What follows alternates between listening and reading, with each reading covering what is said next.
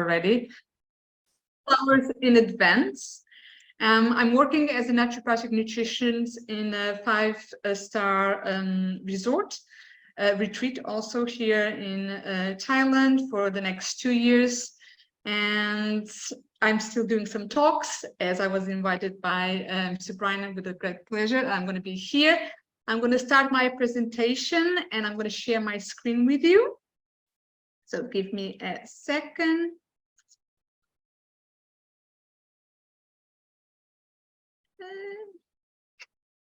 So this is the over 50 guide to go plant-based and thrive, because it can be a little complicated when we just get it started, especially as we are getting older. Things are not working as before. So a little bit of myself. So this was me around 8 years ago. I was extremely overweight, depressed, and I had a very bad relationship with food. And I'm Portuguese, and in Portugal we also have a Mediterranean diet that is rich in vegetables, fruits, nuts, oils, and also fish and meat. So I was extremely overweight and I always had difficulty to lose weight. But when I went plant-based 7 years ago, I lost 20 kilos and I've been maintaining my weight very easily throughout this time with no difficulties. So when it comes to good nutrition for healthy aging, so one of the most significant issues is as we get older, our calories decrease, but the nutrients go up, especially when it comes to calcium, vitamin D, vitamin B6, and protein. Our calories decrease because we are breaking down, unfortunately. So our muscle mass and our bone mass are disappearing very slowly. So that's why we're having more difficulties to burn the calories. So also for women, for example, because they are also achieving menopause, they are not giving birth anymore. So also they don't require that amount of calories anymore. So with some adjustments when it comes to food, also we have an issue as we get older, our digestion absorption also decreases. So we're having more difficulty to absorb nutrients. So it's very important to maintain a good diet, so we can absorb as maximum as we can as we get older. So with just a few guidelines regarding to food and lifestyle also, we can ensure the nutrients are needed as we need to protect them for our health, brain, muscles, and bones. So in the UK, sarcopenia is one of the most, unfortunately, causes of death, more or less. So sarcopenia is an age-related loss of muscle mass and function. As we get older, as I said before, our muscle and bone are just saying goodbye to us very, very slowly. So the factors that comes to sarcopenia is because of lifestyle, especially if we're having a sedentary lifestyle, diseases, for example, exactly the same thing, obesity, stress, also inflammation, hormonal changes when it comes to women because of the menopause, our estrogen plummet, and estrogen has a huge impact when it comes to bone density, for example. So frailty is one of the situations that when it comes to aging that we need to prevent as much as we can, because when we reach that point of frailty, we can never go back per se. As we age, if we have a breakage, for example, if we broke a bone or a hip, we know that we are having more difficulty to recover. And I saw in a lot of cases when I was working in the NHS, when an elderly broke his hip, it was the beginning of the end. So we need is to prevent this as much as we can. So our bone mass and your muscle mass reach a peak around 20 to 30 years old. After that, it has gradually declined. And when we reach 50, it can accelerate a little bit. especially when it comes to women because of the menopause. So as I show here, sarcopenia has an effect between 4 to 25% of pre-living adults. And the NHS spends around £5.7 billion to treat this condition, for example. That is something that we can prevent or at least slow down if we know what we're doing, for example. And also if we have a why to do this. So to keep our muscle and bone strong, we'll need protein, calcium, vitamin D, and exercise. So when it comes to protein is very important for our bone and also muscle mass, because it has the amino acids to build our muscle mass, for example. So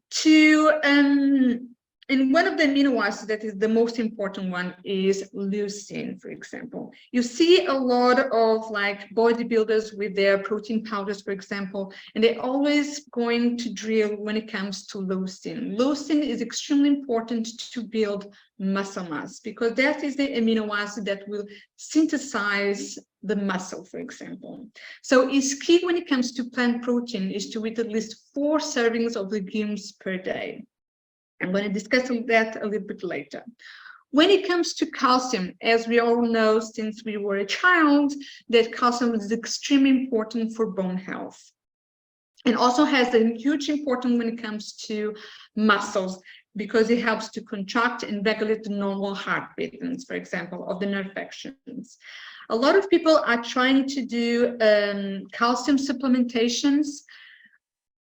Depending on the person is not recommended, because a high consumption of calcium supplementation can cause more havoc than good, for example. So we need is to absorb our calcium from food. There is also the misinformation that dairy is the best source of calcium, but unfortunately that is not true. We normally can only absorb calcium for dairy around 30%, and from leaf green vegetables around 60%, and has much more availability than in milk, for example. So just there, it's better to have your leaf green vegetables than just dairy. And then of course we have vitamin D. Vitamin D is extremely important when it comes to our bone health and our muscle health, but also when it comes to our immunity. As we get older, we have the tendency of not getting outside as much, for example. So we always need to check our levels of vitamin D. As we are living in UK, that is a requirement to always check your vitamin D. You have no idea the amount of people that I know that are very, very low in vitamin D. Even here in Thailand, for example, that we have sunshine, there is still people that are very low in vitamin D, because here the sun is very strong and most of the people have 50% factor of when it comes to sun protector, and most of them are also inside. So sometimes it's always best is to check always your level of vitamin D and then supplement with it. For example, back in UK, the recommended intake is around 10 micrograms per day. When it comes to exercise, so exercise is another one that is key. As we age, we have a lot of aches and pains. And most sometimes our aches and pains is also because of our lack of exercise, for example. So to maintain our muscle mass and our bone density, for example, we should do strength training at least 2 or 3 times per week, and has to be with overload, for example. When it comes to overload, means that you cannot just do like 1 kilo weight, for example. You need to progress to 2, 3, 4 every other 2 weeks, because you need to stimulate the growth of your muscle mass and also your bone mass. Another exercise that will be also extremely important will be, for example, yoga, to maintain that flexibility when it comes to our muscles, for example. That is another exercise that is extremely important for us to also, not only because of flexibility, but also because of balance. The other one that is also very important when it comes to our muscle and bone is the zone 2 exercise. I'm not sure if you've been hearing the new buzz of the zone 2 exercises. So the zone 2 exercises is your heart rate that is going to be between the high intensity and the most lower, for example. So that it can vary from people to people. That's why we need to calculate. I have a website that I can show you for you to know how you can calculate your zone 2 exercises. So that should be around 150 minutes per week. And that will also lower your risk of heart disease by 30 to 40%. That is a huge percentage when it comes to lower your risk, for example. And when it comes to exercise, normally for certain people, it's just to do a brisk walk, for example. So you can break it down to 150 minutes by 3 times a week, for example, or 4 times a week, just going for a brisk walk, or like, for example, go up a mountain, hiking, for example, swimming, exactly the same thing. But you have to maintain that time that you're doing the exercise, the zone 2 heart rate, for example. In my case, for example, I'm 42. My heart rate when it comes to the zone 2 is around 128 beats, for example. But I'll show you the website more in the end, so you can calculate, so you can do, or you also exercise. And if you have a Fitbit or a watch, that is something that you can use to check your time, for example. If you go to the gym, for example, if you are in the treadmill, you can always put your hands on those bars and they'll calculate also your heartbeat. So you can always check if you are still in the zone 2 or not. There is a lot of debate that when it comes to aerobic exercise, for example, why is the zone 2 better than like a high intensity? It's just because when it comes to consistency, a lot of people will show up more to do a brisk walk than jumping around for a round of 30 minutes, for example, because a lot of people has no patience or is like painful to do that type of exercise, so they'll just prefer doing a brisk walk, for example. When it comes to burning calories, for example, is much less, but because of the consistency that you're always showing up, there is like a long-term results than a high intensity, for example, that you're not going to do. You'll burn more calories, but we're rarely going to do that, for example.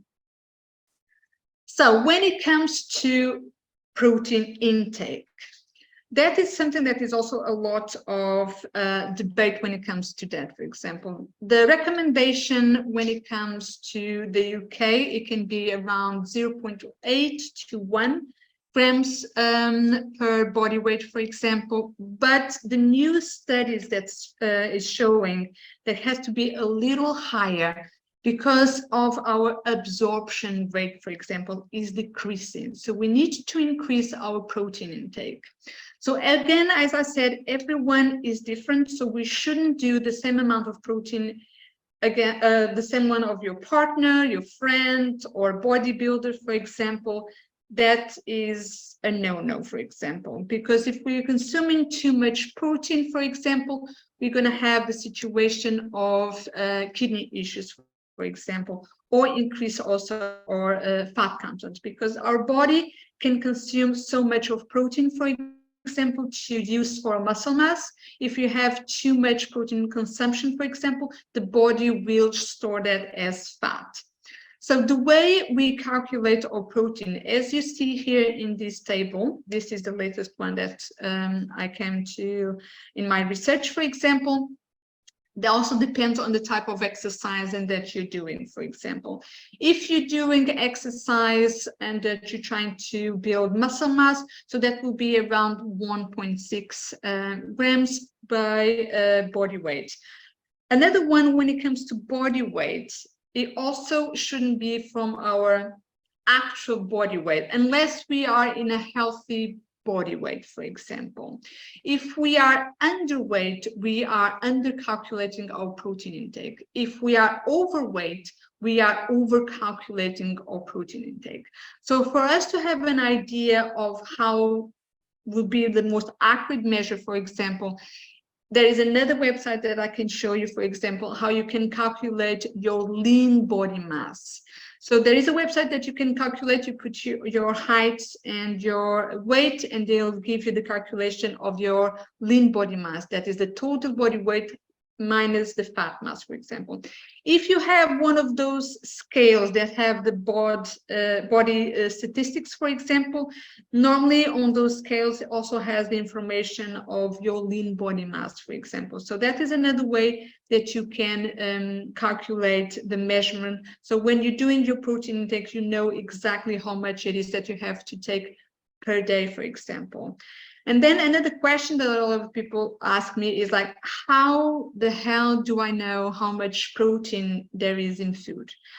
So there is an app that is called Chronometer that you can use so you can calculate your protein. So there is like a database that you can see.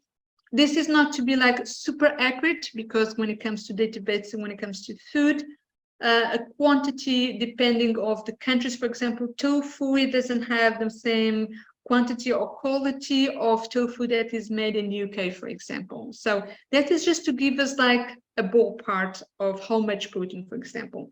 And when it comes to also protein, it's about the totality of protein in your plate.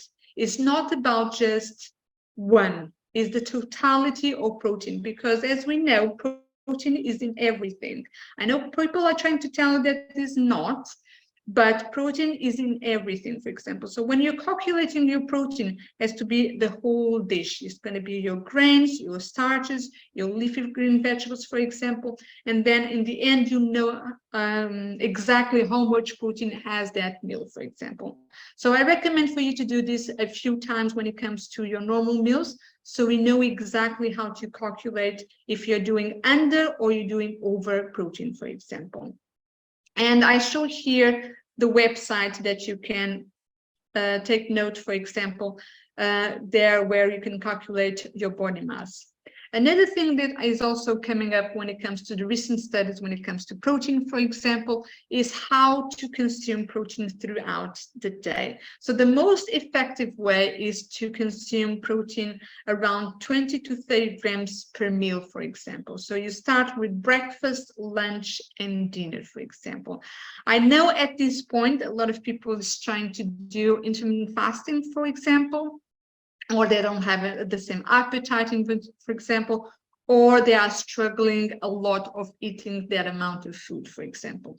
You can always do, for example, is a smoothie, or try to break it down in snacks, depending of where you are in your health journey, for example, because everyone is different.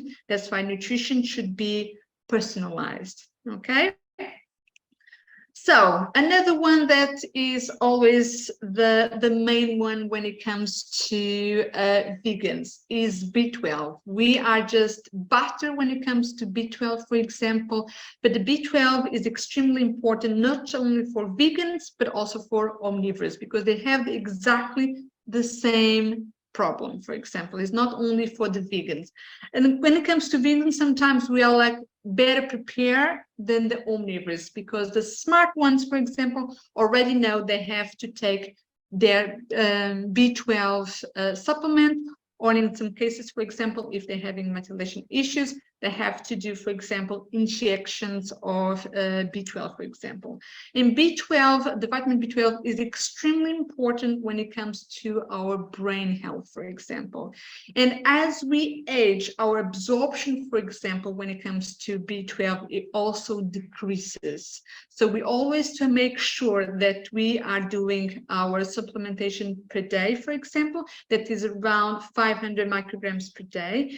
And when it comes to buying supplements, the best form will be the cyanocobalamin, for example, because that one is the one that has been most steady here.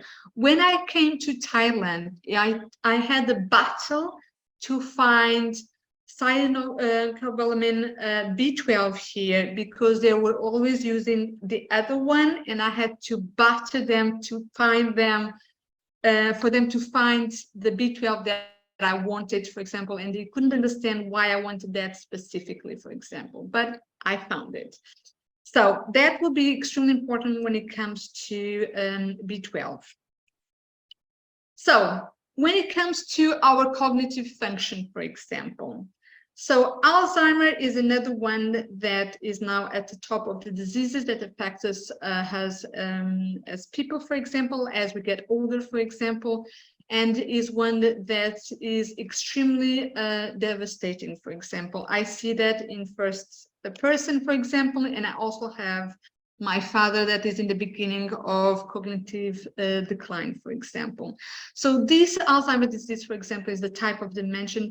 And from the information that we can gather at the moment when it comes to science, is that is one that we can also prevent through dietary and also lifestyle, for example, because Alzheimer's disease is very related when it comes to inflammation. And that is something that we can control by doing lifestyle, reducing our stress, improving your sleep, and using a more anti-inflammatory foods, for example.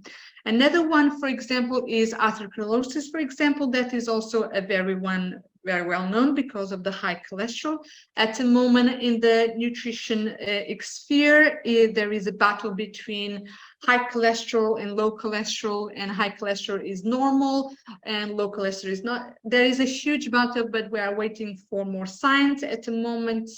I just saw 3 days ago a new study that is being finishing when it comes to people that have high cholesterol, for example, that they are trying to do all of the dietary lifestyle, but they still have a high cholesterol, and that is just because of their genetics, for example. But they still need to be aware of their diet and lifestyle to reduce the risk, for example.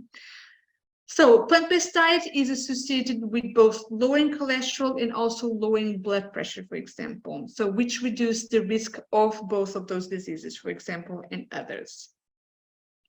So to preserve our cognitive function, the most important vitamins that will be your B12, your B6, and folate.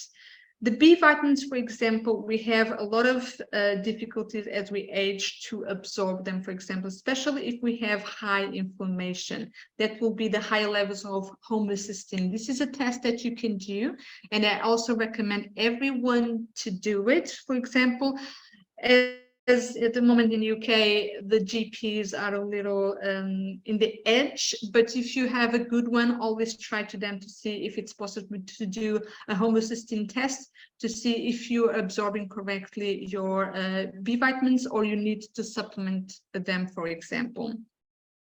So when it comes to foods, when it comes to B6, for example, you have in avocados, bananas, potatoes, soy milk, beans, for example. Folate, again, is very well known when it comes to pregnancy, for example. It's also very easy to find our food, but as we get older, sometimes it's best for us to supplement with a B complex supplement, for example. But we still can get from food. It's just sometimes it's good to have that as a background, especially if you see on your blood results that you have a high homocysteine. So it's best to do a B complex supplement, for example. When it comes to lifestyle to preserve our cognitive function, for example, is very important. The exercise, for example, and also challenging our brain with puzzles and learning new skills, for example, music or new language. At the moment, I'm learning Thai, so that will be my 3rd or 4th language because I speak Portuguese as a native, English, French, Spanish. So Thai would be my 5th one, for example. So that is very good when it comes for brain health, for example. Another way that when it comes to exercise, if you are familiar with Dr. Sherazad, the family Dr. Sherazad, that are the brain doctors, one of the exercises they recommend, for example, that will be the most important one, if you can do at least one exercise, that will be squatting, for example. Because squatting as a body weight, I can do it here, but no one is going to see me. When you squat, here in your knees, you have some veins that will, as you push down, the brain is going to try to function because you need the balance, and also the blood will flow to the brain, for example. So that will also stimulate the brain for a more cognitive function, for example. So if you can do one exercise, do squatting, for example. And that is an exercise that you can do anywhere. You can do when you're brushing your teeth, for example. You can do when you're waiting for your kettle to boil water, for example. When you are waiting for the food to be ready. You can do anywhere, for example. So do as much as you can when it comes to minimal exercise that is easy, but always to maintain that cognitive function, for example. Another one that is extremely important is antioxidants. As I said before, our body is, as we age, riddled with inflammation, for example, because our body is just breaking down. We also have a lot of stress, for example, a poor lifestyle that just builds that inflammation. So when it comes to inflammation, this is about free radicals that are little molecules, for example, that we go around in our blood, and they are shocking away and they are causing inflammation, for example. And the anti-inflammatory, for example, molecules have an extra one, and they come around and match with the free radicals, for example, and they will stabilize that, for example. So oxidative stress is the main driver when it comes to atherosclerosis, cancer, diabetes, and dementia. That will be your inflammation, for example. When it comes to plant-based diet, that is one of the most rich anti-inflammatory diets in the world, for example. So when it comes to plant foods, have more than 64 times more antioxidants than meat, dairy, and eggs, for example. That's why Dr. Greger said on their daily list, for example, is to have berries every single day. So that will be your blueberries, your raspberries, your strawberries, for example. When it comes to beetroot, for example, is also a very good source. Cherries are also a very good source, for example. Beetroot is also a very good one if you're doing weight training, for example, because beetroot also enhances the oxygenation of your blood.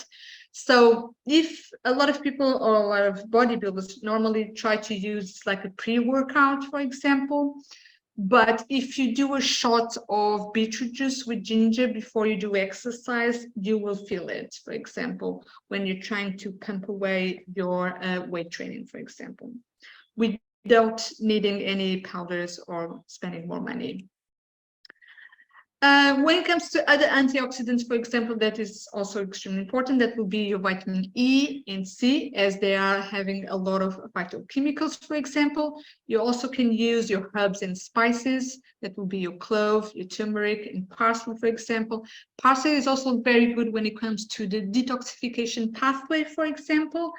When it comes to our liver and kidney, for example. So when you're doing a plate on your food, if you're doing salad, is to use parsley, for example, or if you don't like the taste of parsley, you can always try to blend in a smoothie or in the soup, for example. And our detoxification pathway is really required to be supported, because that is another one that is also in decline, for example.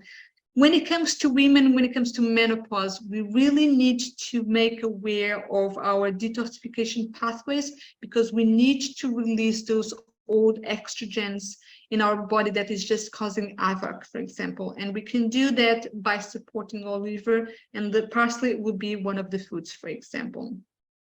When it comes to the way we prepare our food, for example, that also can increase the antioxidants intake, for example. In this case that I put here, when it comes to the tomato, for example, that is linked to reducing the risk of prostate cancer. So you can do it by cooking it instead of doing raw, for example. Another thing, for example, that you can do to increase the absorption is to soak your nuts, for example, nuts and seeds. And also you can do is, for example, sprouting. If you sprout foods, for example, it will increase the vitamins and minerals, but also the protein they have, for example. So that is a little way of in enriching our dishes with more nutrients that also are very low in calorie, for example. Let's talk about carbs. Carbs is another one that has been battered to death because everyone is low carb and everything has to be low carb. The recent studies when it comes to low carb, when it comes to health, is there is a significant effect when it comes to low carb diets that can cause diseases, for example.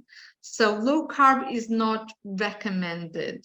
It shouldn't be recommended because our body lives on carbs, for example, but it has to be the good carbs. So there has to be the complex carbs, for example. So the complex carbs, for example, will be your beans, nuts, fruits, vegetables, for example, whole grains. They are the healthy carbs, for example, because they have something that is extremely important, that is fiber. Fiber is extremely important to lower the risk of colon cancer. Colon cancer is also one of the top diseases when it comes to the UK, for example, because the diet in the UK is not like the healthy one, especially with a lot of fish and chips, for example. So fiber is extremely important for our body because that is like the broom that clears out any of our garbage per se to then go down and be released outside, for example. So also when it comes to fiber, it also helps to slow down the absorption of glucose, for example, when it comes to the insulin resistant, for example. That is also very well known that when it comes to diabetes, for example, everyone needs to avoid carbs because that will spike the sugar, for example. The problem, for example, is if we are reducing a lot of our carbs, we also are making our body very lazy, for example. So we need is to eat properly, for example. When it comes to, imagine if you are eating an apple, that is something that I always recommend. If you are eating an apple by itself, it always will spike a little bit, not a huge amount of your insulin, for example. But if you eat that apple with a little bit of peanut butter that is rich in protein and fats, that will slow down the spike, for example. So again, is another way of the way you're eating and the combination that you're doing that can slow down and also enhance the nutrients, for example. Fiber, there is also two. There is the insoluble fiber and the soluble fiber, for example. The soluble fiber are the ones that are in beans, sweet potatoes, oats, and barley, for example. And that also can help when it comes to the cholesterol levels, for example, lower down. So you should always do a lot of Buddha bowls, for example. That is the quickest way to incorporate those beans, for example, or doing overnight oats. Normally, a lot of people do cooked oats, for example, but when it comes to that, it's better to, instead of cook it, is to do overnight, because that also enhances the vitamins and minerals when it comes to the oats, instead of cook them away, for example. Then we also have the resistant starch, for example. So resistant starch is very rich in digestive enzymes. That is another thing that is also saying goodbye to us, for example. We are having a decrease of our enzymes, for example. So we are not breaking down our food as before. That's why a lot of people have then is bloating or gas, for example, because our body is not breaking down as much as before. There is food that is rich in digestive enzymes, for example, when it comes to papaya, pineapple, for example. But if we want to stimulate our digestive enzymes, for example, we need to chew better, for example, because our digestive enzymes start in the mouth, and normally people just scoff down the food, for example, or try to eat very fast, and then they also absorb a lot of air. That's why people also have some gas and bloating, because of the air that is consuming with the food, for example. But the digestive enzymes are very important to break down our food, and that also helps then with the digestion, for example. Refined carbs, that is the one that should be always vilified, for example, is your cookies and cakes, for example, that will spike up your blood and have no nutrition, for example. I'm not saying that you should never do a cake or a cookie, because again, I'm in vegan festivals, and that is what I do. For example, I try every single food that is there because I like to try new things, for example. But just be aware when it comes to your day-to-day, how much the refined carbs are you intaking, for example, because they are very, very low in fiber, and we really need that fiber to decrease our risk of disease, for example. So a good source of resistant starch will be your oats, your bananas or beans, for example, whole grain pasta and rye, for example. If you could do like a good sourdough rye bread, it's delicious, for example. Fats is another one that has been vilified also a lot because of the low fat community, for example. But again, it depends how low are you going, for example. Fats are extremely important for us to absorb our vitamins and minerals, for example. So it's still required for us to do absorption when it comes to our food, for example, and normally also helps with being satiating and satisfaction when it comes to our meals, for example. And normally we should use is our nuts, for example, almonds, hazelnuts. We can also do some of the good fats, that would be your olive oil, for example. I'm Portuguese, so olive oil is going to be our baby, for example. It belongs to the Mediterranean diet. Normally, when it comes to olive oil, you should buy is a very good quality one, the cold pressed one. If you see olive oil that is yellow, that is not olive oil, for example. So olive oil should be green, for example. It should be also in dark bottles, for example. So when it comes to oils, the portion that we should measure is by our thumb, for example. That will be the amount of fat of oil that we should use on our meals, for example. So it's just a little bit of our thumb. If you're doing, for example, an avocado, that will be half of avocado, for example. So just be aware of the fats that you're using, for example, and the amount of fats that you're using. When it comes to different types of oils, I have a lot of people asking, what about canola oil? What about flaxseed oil? What about coconut oil, for example? You can use all of them, for example, but just be aware is of the quantity, for example. The olive oil is very rich in phytochemicals. That's why is a winner when it comes to the Mediterranean diet. When it comes to the studies, that is one of the reasons that is so good, for example, is because it's rich in phytochemicals, for example. So that will help also with the anti-inflammation when it comes to our body, for example. It also is rich in a fatty acid that is called LAA. That is an anti-inflammatory one, for example. So you can use your walnut oil, for example, your flaxseed oil that is also rich in omega-3s, for example, but try to is just to drizzle, not to cook with it, for example. If you want something crispy, try to use an air fryer, for example. So in a nutshell, the plant-based diet should include a lot of fruits and vegetables that are packed with antioxidants that protect your bone and your muscle strength, for example, and your eyes, for example, and also your brain, and also decreases your risk of heart disease, diabetes, and cancer, for example. You should always take your supplementations. It's always going to be key to take your supplements, for example. That will be your B12. When it comes to vitamin D, we recommend the vitamin D3 with K2 because vitamin D3 is the most absorbable one. Again, this is all about absorption rate.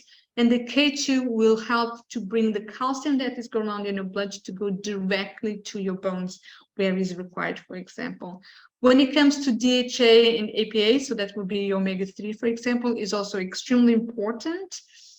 When it comes to that, for example, there is still a battle of should we take omega-3s or shouldn't. At the moment, it's better to take than having the effects of not having, for example, because that is very helpful for brain health, for example. So I always recommend to do an algae supplement, for example. I know that is more expensive, for example, depending on the brands, but I really recommend to do a DHA and an EPA supplement, for example. When it comes to calcium, you should get your calcium, for example, from tofu. That should be calcium fortified. So when you're trying to buy your tofu, for example, see if it's calcium fortified. Not all of the brands are, especially if you go to the Chinese markets, they have a ton of it and it's very, very cheap, but rarely they are fortified in calcium, for example. Lidl has an organic tofu, for example, that is calcium fortified. So that also is a great option, for example. You also have your plant-based milk that has calcium. When you're doing plant-based milk that has calcium in it, is always to shake the bottle, because normally the calcium sets on the bottom, for example. So we need to shake so the calcium then is mixed with the rest of the milk so we can consume that, for example. You also have juices, kale, pak choy, for example. Almond butter is also very rich in calcium. You have tahini and figs, for example, and also, for example, blackstrap molasses. Blackstrap molasses is also rich in iron for people that have tendency when it comes to being anemic. So that is another one that you can incorporate on your foods. You can do, for example, is on your breakfast, on your porridge. It has like a bitter taste, but it's like a sweet bitter taste, more or less. But it's very rich in iron, for example. And again, we just need is to introduce more of the nutrition on your plates, for example. So when it comes to protein, always make sure, as I said before, to have your intake of protein, for example. So that will be the hierarchy, more or less, when it comes to protein, will be your soybeans, so your tofu. Then you have tempeh. Tempeh is also very good because it's a fermented way of doing soybeans, for example, and also is rich in probiotics. As our gut microbiome is also saying goodbye to us, we need to incorporate more of probiotic foods, and tempeh is one of them, for example. But you also have the other ones that will be your kombucha. If you're trying to buy kombucha, try to see the level of sugar, for example, in it has to be as low as possible. And if they have a high expiry date, they are not very good because they have a lot of preservatives, for example. It's trying to find the most fresh that you can find in some health shops that you can find, or you can still also produce yours. My mother tried to produce her own, and she had so many that she had to give up on that, for example. You also have sauerkraut, kimchi, for example, for fermented foods. You can also do is water kefir, for example, or, for example, coconut yogurt. That is another one that is also when it comes to probiotics, for example.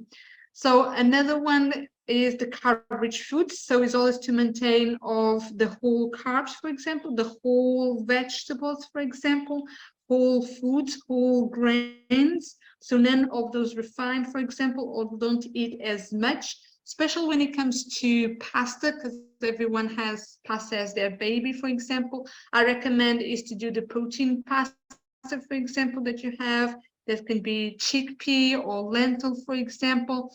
If you're trying to lower your calories, for example, when it comes to noodles, there is also kelp noodles that is got also very good when it comes to seaweed. So that is another way that you can still have your noodle soups, for example, but you use is a kelp one. When it comes to calorie, is very, very low. And you can find it very easily in the Chinese stores, for example. There is also in some of the health shops that normally they call is konjac, for example, but they can be like a little more expensive because they are just like, in a health store, but you can find very easily in the Chinese stores, for example. Then another one is to incorporate your fats. For example, don't fear your fats. For example, is always to do is the healthy one. So a little bit of avocado, for example, a little bit of oil, olive oil. Always have a handful of nuts and seeds, for example. I always recommend is for people to have is a jar with a mix of nuts and seeds. So that will be your walnuts, for example, almonds, sunflower seeds, that is very rich in vitamins and minerals, and it's very good when it comes to your gut microbiome, for example. Helps with a lot of digestion, especially people that have a lot of digestive issues, for example. And then chia seeds, that is also high in calcium, and sesame seeds, that is also high in calcium, but also in protein, for example. So if you have a mix of that, for example, always put them in the fridge because they can be very rancid if you leave them outside. So put all of them in the fridge, and then before you're doing your porridge, for example, if you do overnight, you can use those nuts and seeds and just sprinkle them on the top, for example. You leave in the fridge because then they will absorb the liquid, and then again it's going to be the soaking of the nuts and seeds, so they will enrich your vitamins and minerals, for example. You can use them also grounded in a smoothie, or you can also sprinkle them in a salad, for example, or in a soup. Again, it's a very easy to do, and also something that is extremely nutritious, for example. So how to build a healthy plant-based meal, for example. So 50% of your plate. Rita, just say we've got about 10 or so minutes left. It's almost finishing. Oh, fantastic. Fantastic. It's almost finished. Some time for Q&A. Thank you. Yes. So half of your plate should be fruits and vegetables, for example, around 5 to 6 servings of fruits and vegetables per day. So normally that is like a half a cup of fruit or vegetables, for example, when serving. So 50% of a plate should be that, and then a quarter of your plate should be your grains and starch. So your whole grains, for example, your millet, your quinoa. Quinoa is also very rich in protein, so that's something that you can also use to increase your protein intake, for example. And then the other one should be with plant-based protein. That will be your tofu, tempeh, for example, or beans and lentils. And then you can use a little bit of the fats just to drizzle on top of your plate, for example. So here are some ideas when it comes to the recipes. So you can do burnt basmati rice, shredded cabbage, tofu sauteed in olive oil, and then a sprinkle of toasted sesame seeds, for example. That is one of the dishes that you can do. Or you do a pasta with carrots, zucchini, peas. The peas is also a good source of protein, for example. Some slices of vegan sausage, why not? If you're not doing the over one, you are more than welcome to do. You can also do vegan cheese, for example. At the moment, there is like very good brands that you can use, but you can also do your own vegan cheese, for example, with nutritionist. Another one will be quinoa, corn, pinto, for example, raw onions, that is a good prebiotic, celery, yogurt tahini dressing, for example, and steamed Brussels sprouts. So there is an array of dishes that you can do every single day. So again, if you don't like to cook, just start with the basic and then meal prep the whole grains and the veggies. Always have frozen vegetables in your freezer, so it can be quick and easy, and also some can of the beans and lentils, for example, for quick meals. So another factor that sometimes happens as we age, we lose our taste factor, for example. So the way that we can boost that is by doing more of umami dishes, for example. You can do dry mushrooms or sea vegetables, for example, cooking with balsamic vinegar, for example. Use herbs and spices, dry fruit when it comes to sweetening. You can also use liquid smoke for your beans and marinades to marinate your vegetables or tofu. You can also use curry powder for your beans, and you can use also maple syrup or monk fruit or the blackstrap molasses that I was talking about, for example. Because what happens is, as we change our taste buds, the people have tendency to use or abuse more of the salt and sugar, and that will cause havoc in our body, for example, especially when it comes to sugar, that will cause inflammation in our body, for example. When I'm saying sugar, is the add-on sugar, the white one, it's not the fruit one. And when it comes to salt, it's exactly the same thing, because we are not tasting the same, so we increase the salt intake, and that can cause the high cholesterol, for example, and also the high blood pressure. So this is more or less, in a nutshell, the information when it comes to the plant-based, for example. Thank you so much for listening, and I'm open to questions. I can show you the websites. I already have the websites prepared for you to see. There is also an exercise that I also recommend for people to do. That is the old man test. I have a little video, and I can also put the link on the chat, for example. That is a good exercise to see how far you are on your balance, and that is also a good exercise that you can use with your kids or with your grandchildren, for example, a little bit of competition to see how balanced you are, for example, because that also improves, as I said before, your brain health. Okay, I hope this was a lot of was informative. I know there is a lot of information and I just graze in little things, but again, you're more than welcome to ask any questions, and I hope you liked it. Thanks, Rita. If you could just unshare the screen. Yeah. And I will spotlight myself. Thank you very much for that. There's a lot of information there. If people have a question and want to put their hand up, please do so. I've got a couple of questions that have come through on the chat, and actually there's three questions. One ties in with what I was going to ask, and they're all connected to oils. So firstly, there are a number of plant-based doctors that would say don't have any oil. The second question is, if you are having oil, is it better to have rapeseed oil, which I think has got omega-3, rather than olive oil and the other things? And the third oil question is the issue with coconut oil, which has been, so people, as you say, was a great thing for cooking with, but it's saturated fats. And I think that's more damaging, I think, than unsaturated. Exactly, that is correct. Comments on the fat side of things.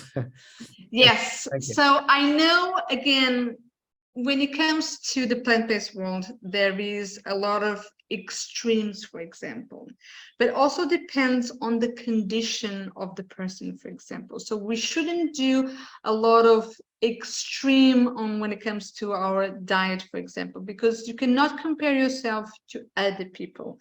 Most of the low-fat community, for example, is people that have a high risk when it comes to heart disease, for example, or have high cholesterol, or, for example, has a specific cancer, for example, or obesity, for example.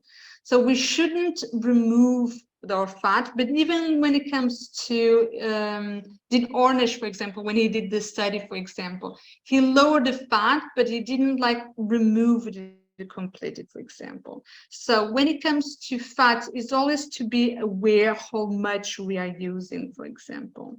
As I said, the portion should be a thumb, for example, when it comes to your oil intake, for example. So it's not to cook or drench food when it comes to oil. So there is no fried foods, for example, or shouldn't be any fried foods, for example. When it comes to different types of oil, for example, there is also a battle when it comes to that. Is like one says that is it can be dangerous because of the seed oils and so on. When it comes to the studies, the proper studies, for example, is the effect is not as great as people think, for example. Depend of the much of the quantity that you're using, for example. So when it comes to the coconut oil, that everyone is like trying to drench themselves when it comes to coconut oil is a saturated oil, for example. There is no way around of that. You can use it, for example, but it's just a little bit, as the other ones, for example. The canola oil is also very good. flaxseed oil that is rich in omega-3, for example. Sunflower oil is very good. So it depends on the quantity and the quality. The same thing when it comes to olive oil, for example. It's great, but it's not to be drenched on it, for example. So it's always depending on the quantity.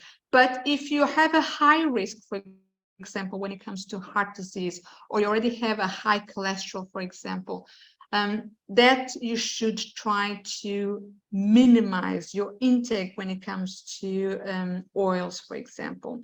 But we can still eat is, for example, walnuts, for example, almonds, for example.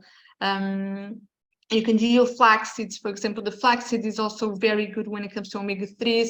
Instead of doing the oil, you can consume them as not as whole, because they need to be grounded, and they need to be freshly grounded. Because if you buy the packages that says like grounded linseeds, they have no vitamins and minerals whatsoever, because they need to be freshly grounded. After a while they lose their availability, for example. So again, if you have that risk of disease, it's better just to leave a little bit of the oil, for example, leave the fried foods, for example. You can do a little bit, again, of the olive oil, a good cold pressed olive oil, for example, because of the polyphenols that is rich on it, for example, and just drizzle a little bit on your salad, for example, or a little bit on the top of your soup, but it's not too drenched like in a plate with a lot of bread. So that is the information when it comes to oils, for example. Thanks, Rita. I've got John has a question. Do you want to unmute yourself, John?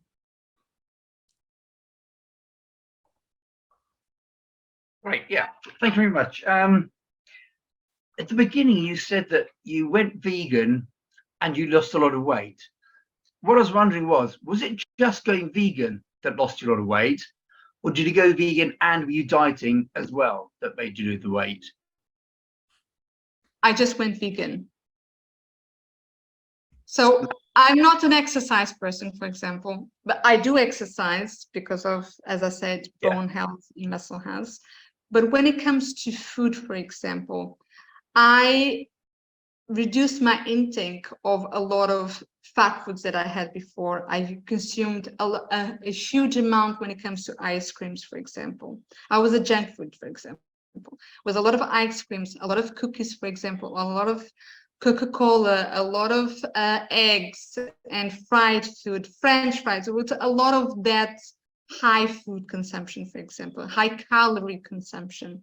So I lost the weight because I was not consuming as much of that, for example. So at the moment, I'm not a skinny person, not whatever, but I have my healthy weight range, for example. So I've been maintaining that weight for the past 6 years, for example, by just doing is the vegan diet or like a more whole food plant-based diet. I still have, you know, the vegan sausage. I still go to the vegan festivals and go eat every cookie and ice cream they have, for example, but I don't make it as every single day as I did before, for example. When it comes to my meals, for example, I try to maintain them as basic as possible, for example, and I love to cook, but after working 8 hours, I don't have a lot of energy to do a lot of cooking, for example. So I always have meal prep in my fridge, for example, with all of my grains, for example, cooking the quinoa or buying those pouches, for example, in, you can find them in Tesco. You have like little pouches that already have brown rice already cooked, or lentils or quinoa, for example.